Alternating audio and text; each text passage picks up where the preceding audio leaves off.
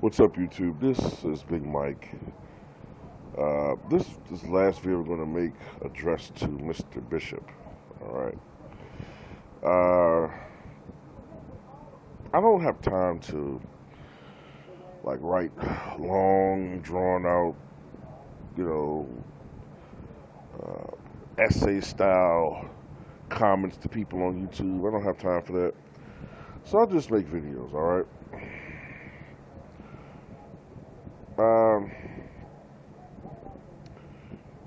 He seems to, Mr. Bishop, he keeps making references as to say that I'm biased towards Michael Jordan compared to LeBron James. Now, this is the thing. If you're talking about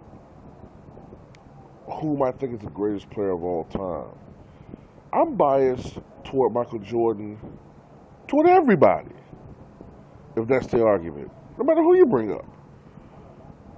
So yeah, I'm biased if the argument is Michael Jordan greater than? Yes, I do believe Michael Jordan is still the greatest NBA basketball player of all time. I don't think he's the greatest basketball player of all time. I think that's Kareem Abdul-Jabbar. But if you're talking about professional NBA player, I think the nod still goes to Michael Jordan. Now, I saw you made a reference. You said I make tribute videos that shows I'm biased. Okay, so I don't know. I really don't understand how you make that leap. Okay, yeah, I made a lot of Michael Jordan tribute videos. Yeah, I'm a fan of the guys. All right.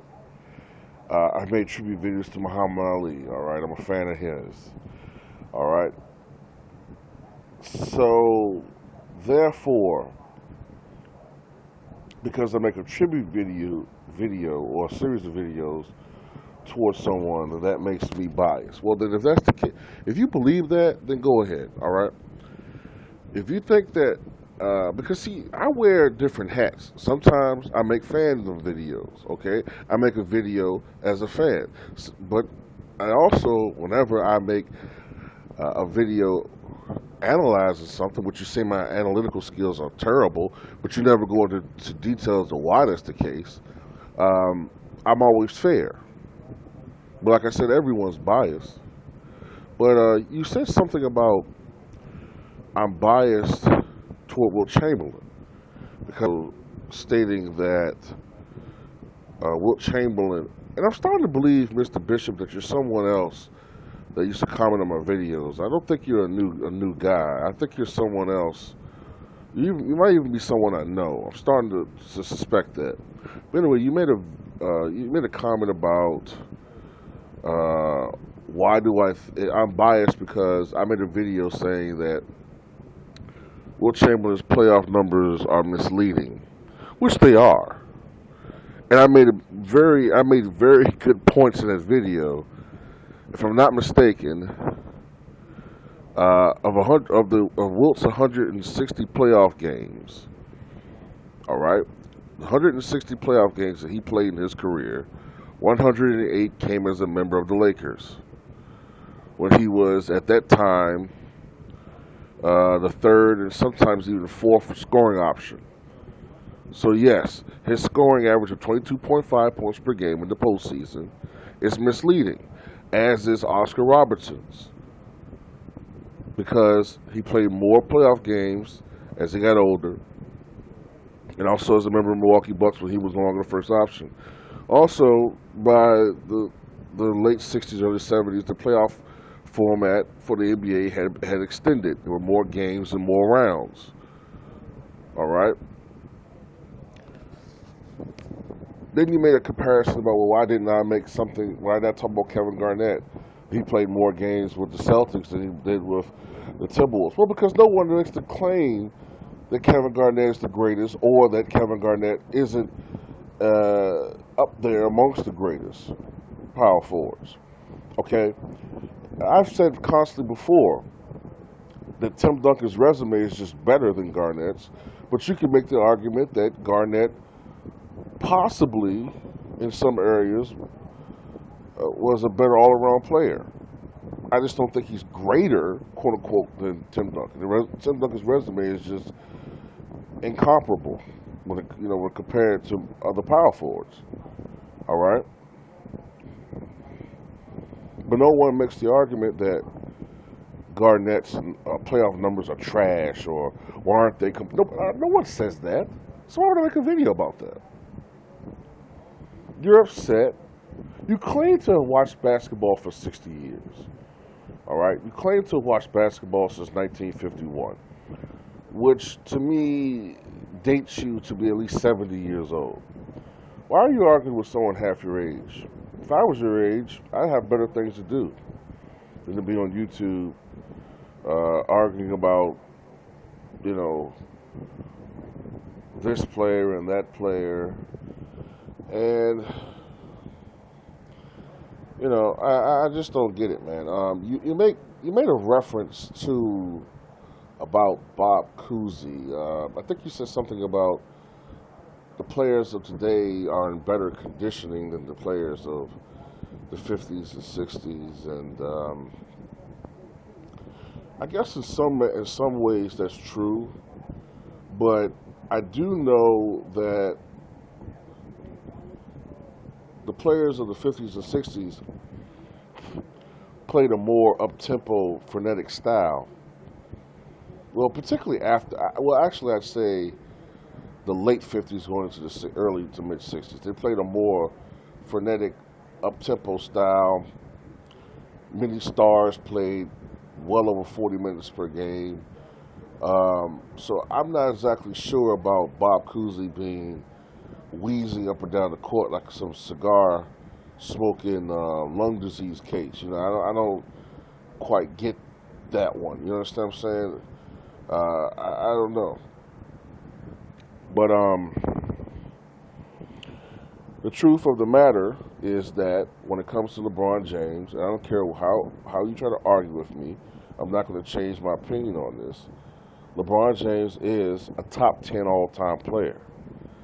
All right? But if you want me to suck his dick, like many of you guys do, I'm not doing that. All right? LeBron James had an inefficient scoring series. Fact. All right? You can put up all these different variables and pull out all these different lies about how great Golden State is. And you're also going to tell me that Atlanta Hawks is one of the greatest defensive teams of all time, too, right? Because he shot poorly against them. All right? Kobe, for his career, shot 40.7% in the finals. LeBron James shot something like 39% in the NBA Finals this year. That's horrible. I'm sorry. It's not good. And also, if you want to talk about inflated numbers, all right, you want me to be really honest there, Mr. Bishop? Look at the opponents that LeBron James has faced this year in the postseason. The Golden State Warriors, who for 2 games had Andre Iguodala playing in basically the center position. The Atlanta Hawks, desperately undersized. The Chicago Bulls, who won a couple of games without Pau Gasol, they didn't really have a 7-footer. And who did they play in the first round? The Boston Celtics, who were a pretty undersized team. So you could make the argument that a lot of LeBron James' rebounding numbers were inflated this year because he played against possibly during the weakest series of teams in postseason history. And you want to talk about how LeBron James' competition is so much better? That's baloney. All right? I could just, for instance, let me go back to 1996-97 season, all right? All right, let's go to the Eastern Conference. The Chicago Bulls were number 1 that year. They won 69 games. Number 2 that year, the Miami Heat. They won 61 games. All right? The number 3 team, if I'm not mistaken, I believe it were the New York Knicks. they won 57 games. The number 4 team, Atlanta Hawks, they won 56 games. Now I'm saying the 4th team, the 4th seed, 56 games won. The number 5th seed, if I remember correctly, were the Detroit Pistons. They won 54 games. And on and on and on. And the 8th seed had a winning record, was the Washington Bullets. The last year they were the Bullets, they won, I believe, I believe they went 44 and 38 that year, or 43 and 39. No, they were either 44 and 38 or 42 and 40. My memory is a little dicey right now with that team. But they had a winning record.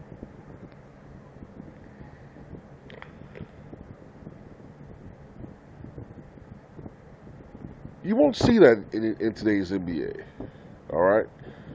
And you could make the argument that, okay, well, that must mean the Western Conference was weak. No, it wasn't. The Western Conference was very strong. Now, of course, you had a couple of cellar-dweller teams that people got a lot of wins against, but not to the extent you have today.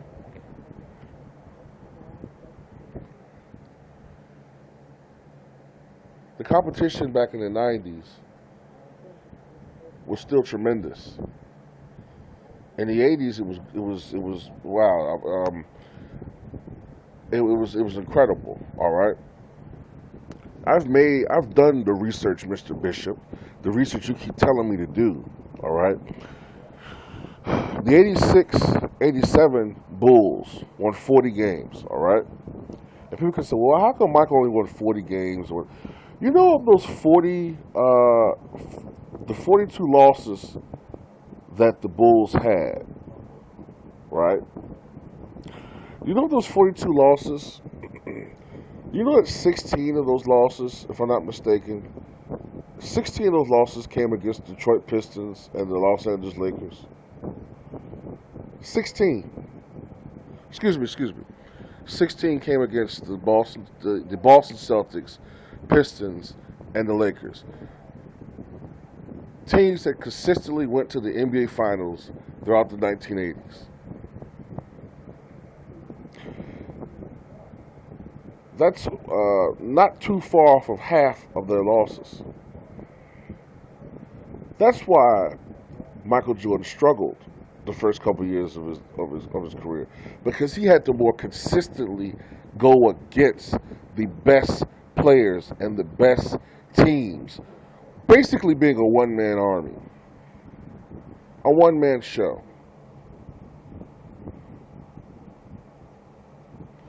This is when he had the likes of a Dave Corzine and a Kyle Macy and a Sidney Green on his team, all right? It wasn't until Michael got marginal talent on his team that he began to win 50 games, all right? Then when he had a decent team around him, he became unbeatable. Because unlike LeBron, Jordan only played with one superstar, if you want to call him that. That's Scottie Pippen. And some people overinflate Pippen a little bit, all right? Pippen was a tremendous defensive player. Offensively, he was great, but he could be a little bit, what's the word I'm looking for? He could be a little bit erratic sometimes. Yes, Scottie averaged between 19 and 22 points as a Bull, but there were some nights where Scottie didn't show up offensively a lot, all right? I remember a lot of 2 for 14 nights from Scottie Pippen. You want to bring up the bad shooting nights from Michael, which really didn't come until later in his career when he started becoming more of a volume scorer. All right, early on in his career, it was a rarity for Michael to have really off shooting nights. So the point to sum this video up, all right, Mr. Bishop, I don't know what you're talking about as far as LeBron being as good as Michael Jordan. That's bullshit. This is the first series that I saw LeBron develop a true scorer's mentality to the point where he thought like a scorer in throughout the game. You know, when his team was down by 1 or 2, he didn't think to, okay, well, maybe I should pass the ball to this guy, or let me look for this guy. No, he thought like a scorer. I'm going to shoot the ball. And he failed. All right?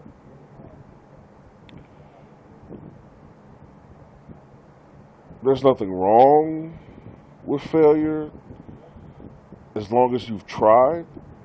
He tried. He tried. But there's something mentally there with LeBron, or should I say not there, that Michael had. And there's no stat, there's no figures, there's no numbers that you could quantify or type to me that can explain that. It is the eye test. And the overwhelming majority of my subscribers who've watched Michael Jordan play know what I'm talking about.